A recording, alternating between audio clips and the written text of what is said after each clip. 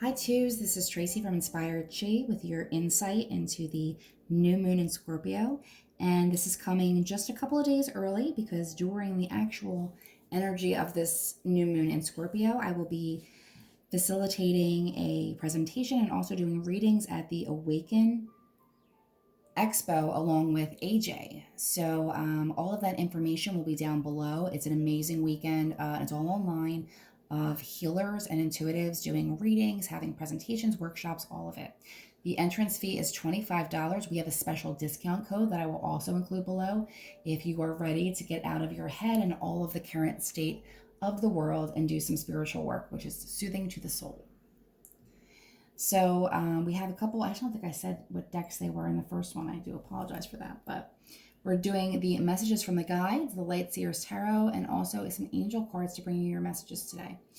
And it's showing me that the twos kind of had a little bit of a tower moment recently, a little bit of a shakeup of the norm to have a lot of times to have an emotional breakthrough. And I have to say, when we were in Scorpio season, Scorpio was a water sign and they also dig really deep. So they may have kind of dug around at some old wounds, especially on the tail end of Mercury retrograde now is over, thank goodness. You may have seen where you needed to make some adjustments in your life, and sometimes that can be a little,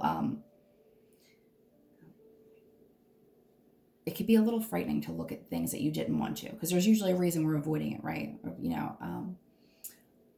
But ultimately, at the end of the day, you want to have a clear vision as you move forward.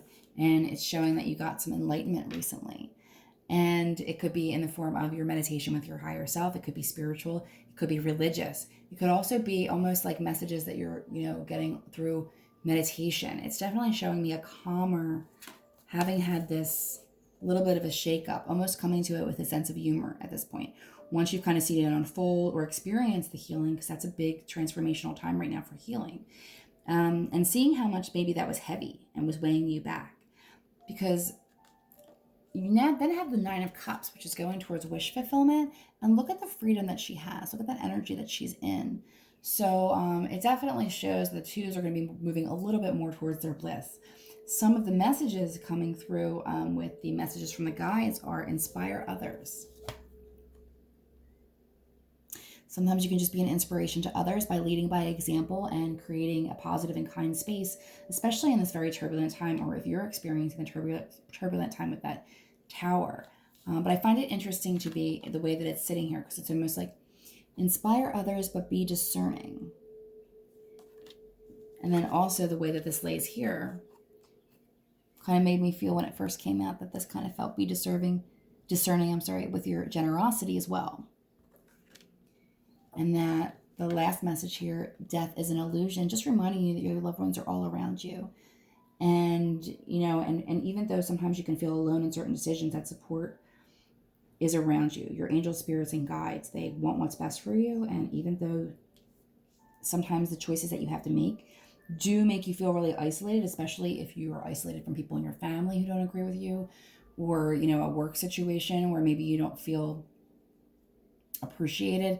There's a lot of things that this can represent. But I feel like the biggest takeaway from this, and of course take what resonates for you, is as you move forward and be an inspiration to others in your healing and helpful and move closer to your own wish fulfillment, which changes your vibration. When you move closer to what fills you up, your vibration changes and the energy from within obviously shifts, but also when people are attracted to you because your energy has shifted in such a positive direction, that's usually because you're doing something to feed your soul from your heart space. But when other people come into that energy and they have the energy of taking, it can really just drain you. So that's what you want to stay away from. Be very discerning with who you are inspiring and being very discerning with who you're giving that time. It doesn't have to just be money. When we're talking about generosity, there's the generosity of obviously finances, but also of time and energy. Okay. And just be very guarded with that if you feel like it's being a little bit drained from you, because there's the charm that you got as twos.